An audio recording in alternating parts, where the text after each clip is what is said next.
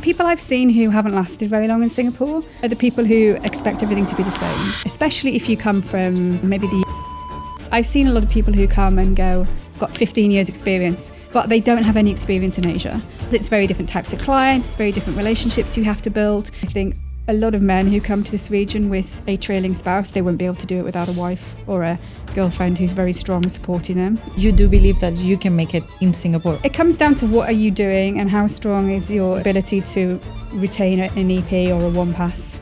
Do you run a women's business group on Facebook? I think some people are quite unrealistic about how much it does actually cost to run a business, for example. The first Singlish word that you learned? I got into a taxi with a colleague and he said, "Oh, thank you, uncle." I'm like, "Is your uncle?" I'm like, "That's amazing. It's like all these taxis and your uncle picked you up." And he's like, no, that's what we call taxi drivers.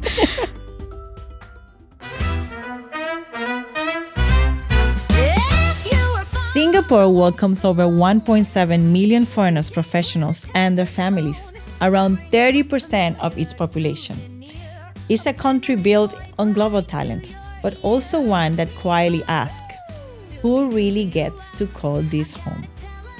Welcome to another episode of IPG Interview Series where real talk meets global life. I'm Cara, your host, and today is extra special because I get to chat with someone I admire since my first days in Singapore, Charlotte Wilkinson. Charlotte has this rare gift. She tells it like it is. From work passes to everyday life hacks, she shares knowledge freely and without agenda, helping so many of us finding our way in Singapore. Today, we are diving into what it really takes to feel like you belong here, not just on paper, but in spirit. If you move countries, started fresh, or wonder how to make Singapore feel like home, this one is for you.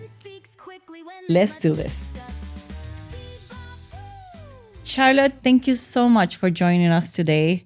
Let's start with the big picture and let me know how long you've been living in Singapore and what you're doing now to keep you busy professionally. I just gone over my 15th year in Singapore, so year 16 now. I've had a few kind of career pivots, but what I'm doing at the moment is I am a fractional diversity and inclusion director. So obviously a very interesting space at the moment with what's going on in the world. Wow. But that basically means I kind of work with quite a few different clients, maybe one day here, a couple of days a month, where they're needing extra support, but they don't yet need somebody full time. Oh, wow. Impressive. And what pulled you here? What pulled you to come over to Singapore? Well, it's kind of a long story. My grandmother is actually Japanese, so I'd always had an affinity with Asia and spent quite a lot of time traveling in my early 20s with work and studies. And I was offered a job in Beijing through my old company in my late 20s. So seized that opportunity. Oh, wow. Did a few years in Beijing, pre-Olympics, and then Hong Kong, and then I basically was running a business out of Hong Kong. We were growing very, very fast, but a lot of the work was coming out of Singapore. So I put my hand up to come down and set up another office here. Oh, wow. And never left. What did you say when you arrived here in Singapore? What did you notice differently from where you're coming from? Not aside from the city itself, like what do you see different between the work and life and how it operates? I mean, I guess a lot of the work I've done, kind of, you have to really understand cultures and how people behave differently. I find Singapore is quite interesting in terms of the pace of work. People do kind of work long hours, but they don't necessarily work the most efficiently, I find. In Singapore? Compared to other markets like New York, London, where I've obviously worked in the past. I know food's very important. People always make sure they get their proper lunch break. Yes. And I also feel like the diversity of different types of people that you have here. Obviously, there's a number of races within Singaporeans, but also it is a melting pot of cultures from outside Singapore as well. So I feel like it's quite interesting the way people work and different different expectations, what people say, what people want, people who don't speak up, people who do speak up a little bit too much. It can be quite difficult, I think, for people to navigate that when they first get here. What surprised you the most? You would say like, oh my God, that really shocked me. I think in some ways that Singapore is very, very efficient, but then other ways it isn't. That you still need paper for some things. Like when I first got here, you had to have a chop for everything within your business. And you're kind of like, well, why do I need to have this when it doesn't actually legally mean anything? So I feel that's, again, I think a little bit of the pace of Singapore. That in some ways it's so very far forward and you can use SingPass for absolutely everything, but then you'll also need to get paperwork done that you don't need to do elsewhere. True. Maybe, yes. But in those early days, without PR or big corporate titles, did you feel your contributions were harder to be heard?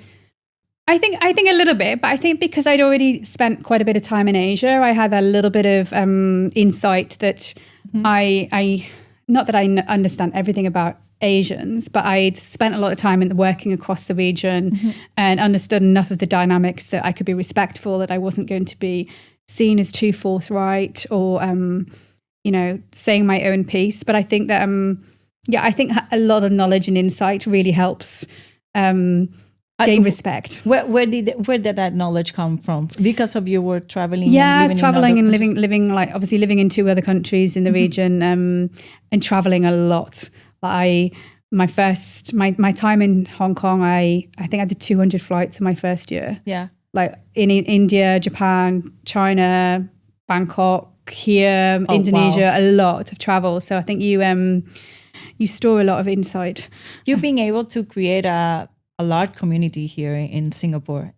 Did you notice the difference between your case, where you had the opportunity to go to other countries and have the experience in other countries in Asia? Do you see the difference between somebody who's coming directly from the West, and then just come here and trying to make it? I think you've got to.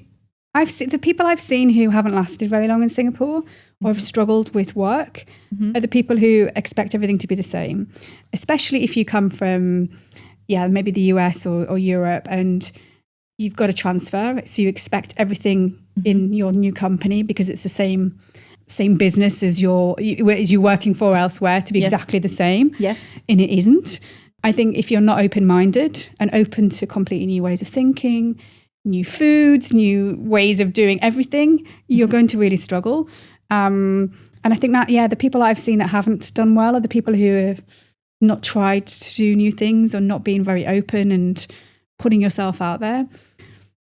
Speaking about new things, what's your most Singaporean habit that you have inherited that you didn't even know that you didn't even notice that you had it? I mean, it's obvious. It's got to be around food. That I love Singaporean food.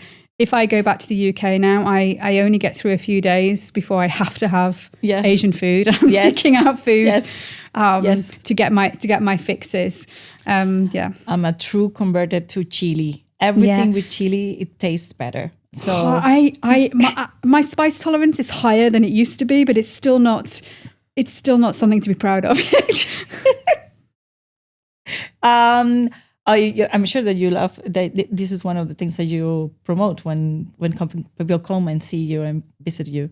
Yeah. So one of the things I did during COVID, I don't know whether you know this, I co-founded Singapore Restaurant Rescue to help the restaurants survive during lockdown. So I guess me and my husband were already foodies, very passionate about making sure businesses survived. Okay. But also because we're foodies, we wanted our favourite places to do well and literally be there at the end.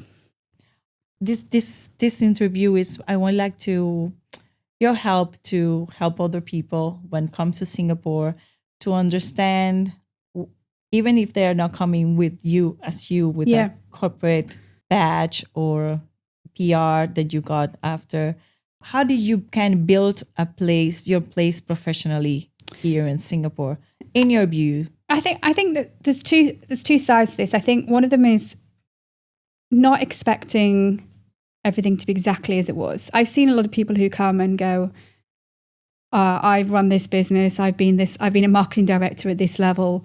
I've got 15 years experience, but they don't have any experience in Asia. And it's very different channels. It's very different types of clients. It's very different relationships you have to build. And you have to be a little bit humble and come back and go, I need to understand this region before I can build myself back up to be that level that I was before. I think that's kind of one thing. Reinventing yourself is quite an opportunity here as well. I think I know a lot of people, especially kind of, I hate the word trailing spouses, but a lot of women and men who follow partners out here and they can't find work easily, or they can't find the work in what they wanted to do, have managed to start businesses, find new avenues to not necessarily make millions, but actually, satisfy themselves, keep them mentally and emotionally strong and doing new things. So I think that's kind of another thing that I see is, even myself, I've changed careers a little bit to keep myself mentally and emotionally engaged. Were you a trailing spouse when you? No, I wasn't. You wasn't. No, I wasn't. I was the independent. I think that's the reason I ended up in China, was because I was single. I see. Okay. I met my husband here. Oh, you met your husband here. All right. Do you think there's a mindset of a mindset shift that needs to happen for you to adapt to another country? I think it's very difficult if you are suddenly not earning income that you might have earned quite good income before, and you're basically reliant on somebody else for a visa. Yes. For income. We often see those awful divorce stories and comments in the groups and things. It can be very difficult if you do separate. You have to find something within yourself to go, I'm okay asking my husband for money because I can't do this, or I need to find a new way of doing this. And I think some people it's emotional that you have to find something that's going to keep you happy. You may not earn what you were earning before, but it gives you hopefully more than pocket money. You said you hate the word trailing spouse. Yeah. Why? I think, and it's not always women, but I think a lot of men who come to this region with a trailing spouse, they wouldn't be able to do it without a wife or a girlfriend who's very strong supporting them.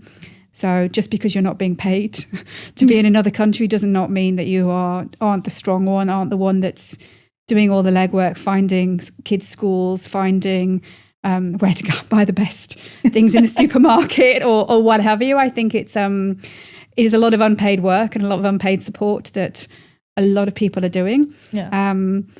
Trailing spouse just sounds like, you're just following them. Yes, well, yeah, I understand what you're saying. Yeah. Cool. Fair enough. PR is so competitive.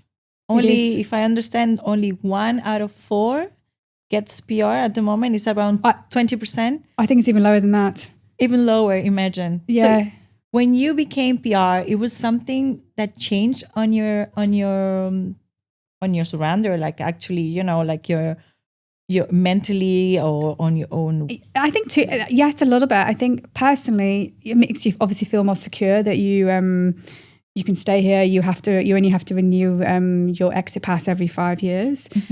When I was in corporate life, I don't think it made much difference.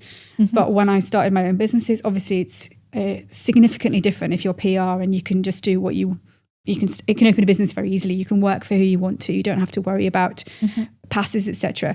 But also Singaporeans, I think, react differently. Often when you hand over your IC. Oh, so it's true. Yeah, absolutely. Even this morning I was at MOM for a meeting, and when I handed over they're like, oh, you're PR. It's kind of like you're not citizen, but you're that step over the threshold that you are a little bit different. When you hand over your card for security to get into buildings and things, there's definitely a recognition that you're a little bit special. Interesting. Yeah. Emotionally, did you feel some differently? I think at the time I didn't, but having my own businesses and the ease of having PR, making it a lot easier to be able to do that, and not having to worry about losing passes and things like that. That didn't come immediately. I think that comes a few years in when you see people losing their jobs and having to leave because they can't get visas and things, then you realize the position that you're in. Have you met people who made it in Singapore without the PR? I mean, I know people who've been here 30 years and never had PR. And I think there's obviously some reasons why people don't want PR. typically around, having boys and not wanting them to have to do national service, which I understand. If you don't accept everything about PR, you can't accept the benefits. Yes. I don't think it's key to settling, but it makes it a lot easier. And I think the markets are a lot more volatile nowadays than they were 15, 20 years ago. So I think that PR probably does mean a lot more in terms of that security. Yeah. You do believe that you can make it in Singapore? In Singapore, we're speaking about Singapore without the PR. Yeah, absolutely. But I do think it's a very strong message for someone listening. I do think it comes down to what are you doing and how strong is your ability, how big is your ability to retain an EP or a one pass. If you're in a sector where you're always going to be able to find work, you probably don't need to worry so much about your past situation. If you're in a sector that's very volatile, like technology or finance, then it's a lot harder to have that confidence if you're relying on visas. You already had a lot of businesses here in a few businesses in Singapore. Yeah, so I guess I was the group board director for a multinational and was running the region. So I guess it wasn't my business, but I was running it for other people. And then I set up two other businesses since then, similar businesses, but slightly different. So I set up one with a partner and one by myself. Is it easy to create a business here? I think it's easy to do the paperwork. In some ways, it's very, very efficient. Again, as PR, literally, you can get things going in a matter of days versus other countries where it's not that easy. I think making a business successful is a lot harder. Why? I think some people are just unrealistic about actually how difficult it can be to build a reputation, to really understand the market. I do run a women's business group on Facebook, so I see a lot of people have been in there a very long time, very diverse backgrounds of business owners, but also types of businesses. Yeah. I think some people are quite unrealistic about how much it does actually cost to run a business, for example, how much you can turn over, the ability to get passes for staff and things like that. Yeah. And a lot of people, they might be very good at what they do, but they're not necessarily good at running a business. And that doesn't come overnight. And it's not easy to just go and do a LinkedIn learning or find something on YouTube. So I think that's why community is quite important, and relying on groups and people who've gone through similar things to you is really key. Yes, that group that you run on Facebook is very good, very helpful, because everybody share their information. Yeah. I think I will share with you after this for everybody to. I'm not promoting it, just well, but it's helpful for the community. Somebody who's coming to Singapore and wants to run a business, and it's a woman, maybe a trailing spouse, and this is good for them. What about when you see someone who's running a business and is not a PR, as you mentioned, PR or local? Did you see any rejection, or is it more complicated for them just because of that? Or I mean, it's obviously very complicated for them in terms of visas. Having to get an LOC or their own EP to be able to work on their own business is one challenge, for example. And to get an EP, you're going to have some capital. You're going to have to ensure that you can cover your salary that you're going to be required for an EP for quite some time. Yeah. For an LOC, to find somebody to work, so you obviously have to hire a Singaporean or a PR in order to be able to renew your pass. I know quite a few people who struggle to find somebody. Or everybody wants the same kind of person. Everybody seems to want social media, somebody to help them with their marketing. So I know those kind of people are really in demand, and you may not be able to find somebody in the right time frame. I think people sometimes are unrealistic about salaries and how much you might have to pay for things like accounting, things like legal services, insurance. The real cost of business. That some people, obviously, if you're earning decent money and your revenue is good, you don't have to worry about those. But I think a lot of businesses they're not turning over huge amounts. So therefore it is cash flow kind of concerns a lot of the time. Yeah. Have you seen companies closing down after 1 year? Like, Yeah, I mean, I'd say it probably takes a little bit more than a year. okay. But I know quite a few people have had to close businesses just because they can't really make it work. And it's hard because you don't want to shout it from the rooftops, but some people don't ask for support. Some people can do things easily. I think some people think they can do things themselves, but you can't be a legal director. You can't be a finance director and HR director and risk director and compliance all at the same time. And you've got to figure out what you can outsource and what you can take control of yourself. Definitely important. It's your first Singlish word that you learned once you arrived here in Singapore. Oh, I've got a funny one actually. I got into a taxi with a colleague and he said, "Oh, thank you, uncle." I'm like, "Is your uncle?" I'm like, "That's amazing. It's like all these taxis and your uncle picked you up." And he's like, no, that's what we call taxi drivers. I'm like, okay, yeah, that was the stupid moment for me. But also I was like, I understand that, yeah. Thank you, uncle. Yeah. Your family, yes. Yeah. All of uncles are my family, yes. For me, it was ayo. Oh, yes, I like that one as well. Ayo, I love ayo. And when I started, I learned how to write it down. It was another level of communication. I like alamak WhatsApp as well. Alamak. Yeah. Alamak. Alamak means when you are like, you did something wrong and then you say alamak. Like that, something like this. Yeah, it's funny. But it's good. It's good when you incorporate it. You communicate better with the rest of all the locals. Yeah. And it's also good to adapt some of the culture. Well, I speak a bit of Mandarin as well because of living in China. Oh. And I discovered if you speak to the aunties down in the wet market, like in Mandarin, you definitely get different prices. And you really do get them going, oh, yes, I imagine. They see you, they will never expect that you speak Mandarin. Yeah, yes, so. I understand. Yeah, I will need to learn a little bit then. Imagine myself with my little collar. That would be different. Yeah.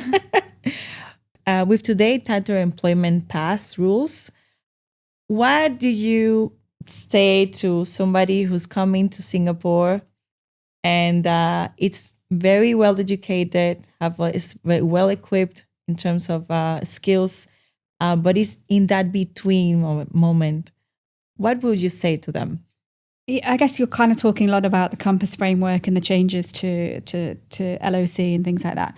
I think you have to be very realistic that in some way, some of the rules now are around you as an individual, i.e. your qualifications, your nationality, but a lot of the rules are actually around the company. So is the company that's trying to hire me, have they got enough diversity amongst their talent? Oh. Do they have too many Americans? Or do they have too many British or Australian or Indian or Chinese? Because a lot of it you can't control. So you may not get a visa, you may not get an EP working for one employer, but you might get with exactly the same role, paying the same amount with a different employer. So you can only control some of it. Yeah. And you can't change your nationality easily. Not many people can suddenly get a producer degree or a master's overnight, though I do know quite a few people who are studying to get extra credits, getting masters, looking at the subjects that are prioritized. Would that work? Yeah, it does help. So if you, there's certain sectors that, like cybersecurity, quite a lot of the technology, some of the finance space, they're basically the desired skills for Singapore. If you can get extra educational like certificates, not just masters, some of them are certifications, you get extra credits, you get extra points for the Compass framework. Oh, but that's very helpful. So it really helps you, yeah. All right. So I think, I think understanding what you can control and what you can't. I think HR teams, they know very well roughly whether somebody's going to get something because they know their quotas. Well, there's no quotas specifically, but they know what nationality somebody's going to be and whether they're likely to be able to get somebody. You think it's more based on nationality than the skills that they need? It's half and half. So literally there's the skills and then there's whether that company is demonstrating good diversity. If you've got 5%, 10% foreigners in your business, you can probably get most visas, most EPs. If you're going down, Singapore has to protect its citizens. Yes. It has to prioritize them. So if the numbers are getting lower, then you're going to struggle to get some. And I know some companies are holding back for people they really need to bring in. So obviously more senior talent that they know they need to get a pass for somebody because they don't have somebody or unlikely to find somebody of that level in Singapore. So it's tougher. But also MOM has really encouraged people to go onto SPAS, push businesses. If you can't get them an EP, put them onto SPAS. There's no real difference. I was about to ask you because there's some, I've heard so many people feel that they are downgrading when they are on that next pass. And I understand that, but it's not really. The only thing you can't do is if you need to earn a certain amount to be able to sponsor dependent passes, other dependent passes. Most people who would be normally in the EP range of salary wouldn't have an issue with getting dependent passes. I think people do look at it as it's a second class visa. Yes. But it's not really. There's so many, so many people hiring on that now. Obviously certain sectors like F&B, hotels and things like that, there's very tight quotas. But if you're talking banking or bigger MNCs, it's far easier to get an ASPAS these days. Because they've got enough Singaporeans mostly. And it's the quota of Singaporeans to foreigners that you're looking at. What about women creatives, freelancers? Do this framework is take them in on the sidelines? Really? That means they have to start their own business and get an LOC. So that means you have to be married, which not every, there's many single women here who want to be here. There's people who aren't married and not necessarily able to get their relationship recognised. So that is a bit of a challenge. Yeah. I think if you're on the lower end of EP sort of salaries, then it is going to be a struggle to be hired. And I think that's where people have to be really honest about, are your skills really available in Singapore? Like I was talking to somebody who, they work in fashion and there's not that much fashion here. There's nothing really being made. She's very, very talented. She's worked in a number of countries. She can't get a job. But it's because there's not really that industry here. So I think that's kind of, you've got to know what you're letting yourself in for when you come here. And not every sector is represented in this city. And we are a small city. So culturally, you coming from outside. Yeah. And now you're part of Singapore. You mentioned there's a lot of women that are single and they come here and they want to make the life here just because it's beautiful, as everybody knows. But do you see many matches between locals and international women? I think there are matches. I know quite a few of my friends are married to local men, or if not Singaporean, Malaysians, Indonesians, Filipinos, etc. There's definitely fewer than I guess. I think a lot of people marry within your similar backgrounds, but not exclusively. I thought it was a bit of a rejection, maybe because the cultures are so different. But I don't think they're so different now, no? I don't think so. I think it's a little bit of attitude and how open somebody is. No, it's okay. Yeah. I'm just, what about for women listening now? What would you tell them when they are in this in-between moment? What will be, if they are stuck in the waiting game, what will be your advice to do right now? I think it's a couple of things. I think you really, really, really be humble about what do you really bring to the table that you think Singapore is actually looking for, the market is looking for. Yeah. So what are your skills that you can operate straight away and can be recognized as highly skilled? Be really honest with people that you are looking for work or you're looking for opportunities. If you're just sitting at home on LinkedIn, you will not find things. It is about networking, but it's also not about necessarily going to lots of formal networking sessions, which I know people do, and some people do have success there. I think you're often more likely to find the right connection talking to somebody in a bar or restaurant or through friends. Yes. Identify who you are. What is your elevator pitch?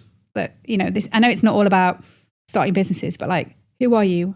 I'm an X. This is what I do. This is what I'm looking for. Yes. So that when somebody has met you and they hear something, they say, oh, I know somebody who does that. I can connect you. And not everybody is able to define who they are and be really clear about this is what I do and this is what I can do and this is what I want to do. Yes. I do think be careful about salaries and things. Don't be too optimistic. Don't shoot yourself in the foot. Obviously, you have a value and you have a self-worth, but salaries here are all over the place as well. Like I know people who can be earning 15,000 and same people doing similar roles earning 30. Just depends who's hiring. Yeah. It doesn't make you any less a person just because you're on this salary. Yeah. Take what you can and seize opportunities. So be humble, network, no more LinkedIn, at least do less and more face-to-face, and say what you want. Yeah. Ask for what you want. Define who you actually are, what you actually are looking for very, very clearly. Be very clearly purpose-led. This is what I want. Yes. So Charlotte, what do you think about someone I was asking you about like women who comes here to Singapore, they want to establish there because they want to, or maybe they are trailing spouses and they are looking for a job here. Do you see that they're maybe too strict with themselves or too naive in the way that they see the potential of having a business or getting a job? What's your view on this? Again, I think this is where it is really challenging. Starting your own business, you've got to be very realistic how much it's actually going to cost you to run a business. Yeah. Separating perhaps a passion and a hobby, something you can do. It's not to dismiss these sectors, but like somebody who does baking or sewing or something, it might be really interesting, but you're probably not going to create the turnover that is going to be sustainable to really be able to run a business successfully and pay for everything that you need to be able to do on an annual basis. You may emotionally really want to be able to do something, but other ways you can channel that emotion and self-worth in other ways to make you realize you're doing something and contributing to society or contributing to your family, etc. I think finding jobs, I know you can be lowballed in salaries very easily here. It's one of the most questions that annoys me intensely about working in this region, being asked what salary you want. Yes. That's a very non-inclusive question. No employer should be asking anybody that. You tell them this is what we're paying for the role. Mm-hmm. But I do know people who've gone in on lower salaries and managed to negotiate, get golden handshakes or negotiate other areas. But you don't want to sell yourself too low either. Yeah. It's easy to be desperate and go, I'm just going to take it. And you have to really figure out whether that's going to be the right thing to do. A business that's paying too low is not necessarily going to be the right place for you either. Mm-hmm. They're probably not valuing what you actually bring to the table. But it's hard. I know it's like somebody's offered me a job, but actually it's not what I want. Do I take it or not? It's a maybe. It is hard, and it's like head and heart. You need to have the head as well as the heart. Yes. Be practical and know your self-worth, but also, you can be flexible as well. Do you think Singapore is for everyone? Probably not, to be honest. And say I've worked in 9 countries, lived and worked in 9 countries now. Some of them are very different in terms of being able to work and ease of work. I think if you're very, very creative here, it's probably harder to find work. You can find work, but there's a lot of creative talent that are local and they're going to be prioritized. So it's going to be hard for you to kind of break through. Mm-hmm. That's not to say I also know lots of foreigners who are here and doing very well in that space as well. I think if you're not open to taking risks and to be changing things and being dynamic and open to looking at different ways of thinking, working and doing, it's not going to work for you. Yes. You said that if you are creative, it's not a good place for you to be. Maybe not creative. But creative it's so important for you to create anything new. I guess I'm talking about kind of some of the art worlds, like fashion. I used to work in advertising and marketing. Okay. Kind of the more creative thinking careers, maybe harder to be. I think if you're creative and innovative, absolutely it's the right place to be. Yes. If you're innovative in finance here, it's perfect. Could be. But not every sector, I think, is necessarily easy to be, because there's such a thriving local source of talent as well. Yeah, totally. Absolutely. Yeah. I'm 100% with you. It's all about what you see yourself doing it and putting your mind, your heart, and just do it. All right. Well, Charlotte, thank you so much for sharing your story and your perspective today with us. You have shown that belonging isn't just about what is the stamp on your passport. It's about what you create, what you build, and how you make community happening. And if somebody else is here, everyone listening, if you ever wonder whether you really belong here, Charlotte just proved you probably already do. Thank you for tuning in, and we'll see you in the next episode.